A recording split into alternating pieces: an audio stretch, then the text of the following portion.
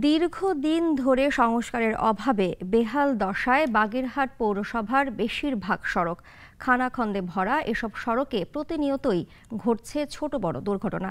এতে চরম ভোগান্তিতে স্থানীয়রা। তাই দ্রুত সড়ক সংস্কারের দাবি জানিয়েছেন তারা।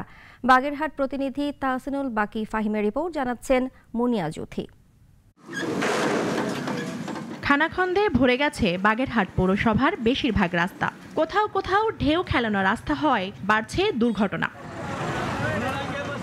পৌরসভার নূর মসজিদ থেকে এলজিডি মোড় পর্যন্ত সড়ক গর্তে ভরা। শুধু এই সড়কই নয়, পৌরসভার অধিকাংশ সড়কেরই একই দশা, বেহাল বাস স্ট্যান্ড এলাকা। যে জায়গাতে বাস বের হয় সেই রোডগুলো নষ্ট হয়ে গেছে, নষ্ট হয়ে যাওয়ার পর 2-3 হাত গভীর হয়ে গেছে, গর্ত খানা নদীর মতন হয়ে গেছে।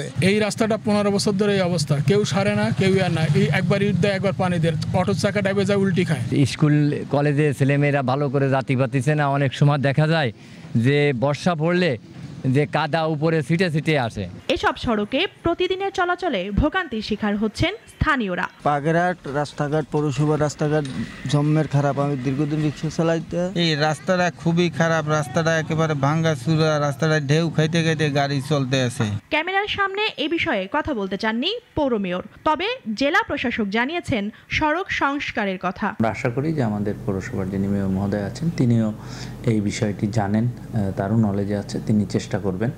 আমরা তাদের উপর ভরসা রাখতে চাই। আমি যতটুকু জানি যে আসলে এটি দ্রুতই আপনারা উন্নতি দেখতে পারবেন। এ পৌরসভায় সড়ক আছে মোট 78.30 কিলোমিটার। বর্তমানে যার প্রায় 70 ভাগই ঝুঁকিপূর্ণ ও ব্যবহার অনুপযোগী।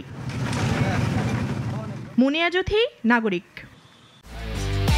একমাত্র ওয়ালটন এসি দিচ্ছে 1 বছরের রিপ্লেসমেন্ট গ্যারান্টি এবং কম্প্রেসারের 10 বছরের গ্যারান্টি।